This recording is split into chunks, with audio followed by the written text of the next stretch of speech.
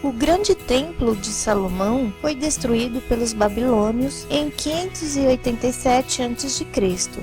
Após o exílio, os judeus que retornaram para Jerusalém reconstruíram o templo. Este segundo templo é conhecido como Templo de Zorobabel. Este era um edifício menos impressionante que ficou de pé durante 500 anos. Herodes, o Grande, decidiu substituir este templo por um outro que se tornou uma das 7 maravilhas do mundo antigo. Mas quem é este Herodes? A partir do ano de 63 a.C., Israel passou a ser do domínio romano.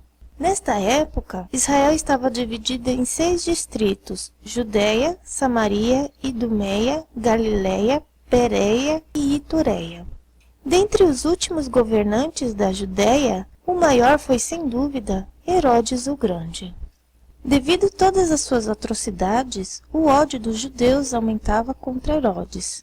Para evitar que apelassem para César, em Roma, prometeu aos judeus um novo templo. Herodes vivia atormentado pelo fantasma da conspiração e sofreu de grande perturbação. Fingiu desejar adorar o recém-nascido.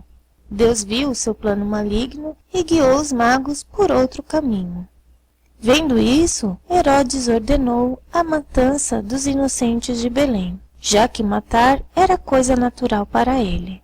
E perguntaram: onde está aquele que é nascido rei dos judeus? Porque vimos a sua estrela no Oriente e viemos adorá-lo. E o rei Herodes, ouvindo isso, perturbou-se e toda Jerusalém com ele.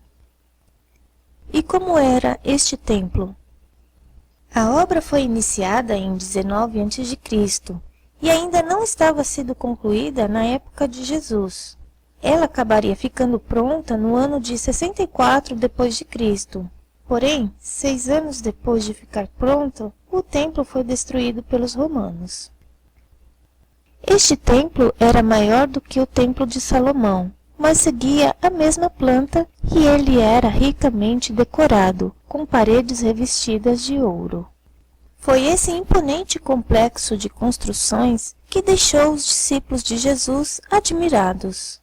E, saindo ele do templo, disse-lhe um dos seus discípulos: Mestre, olha que pedras e que edifícios!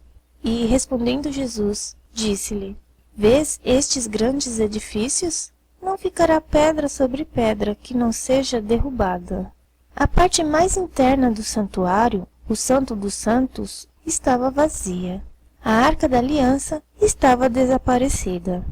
Ali ainda eram oferecidos os sacrifícios e se realizava o culto que havia sido instituído muito tempo antes. Aquele era o campo de ação dos sacerdotes e de seus auxiliares, os levitas.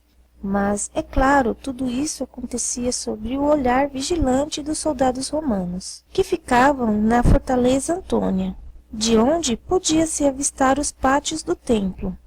Os prédios do templo, em si, ficavam separados do grande pátio externo, o pátio dos gentios, por uma mureta na qual havia várias inscrições que proibiam os gentios de ir além daquele ponto. Quem o fizesse, corria o risco de ser morto.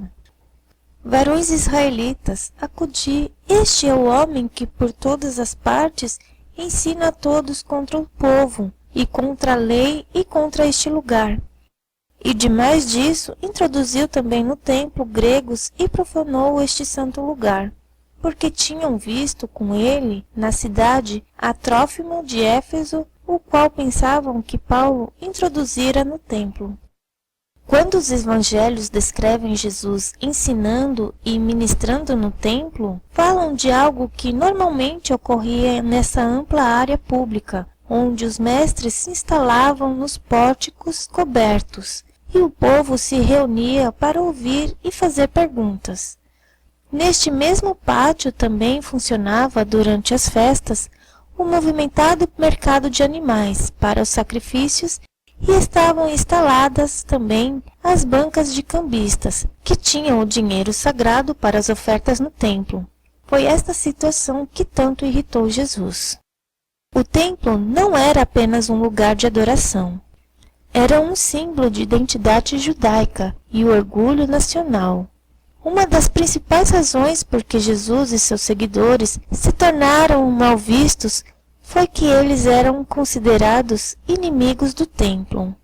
Este disse: "Eu posso derrubar o templo de Deus e reedificá-lo em 3 dias." E os que passavam blasfemavam dele, maneando a cabeça e dizendo: "Tu que destróis o templo e em 3 dias o reedificas, salva-te a ti mesmo, se tu és o Filho de Deus.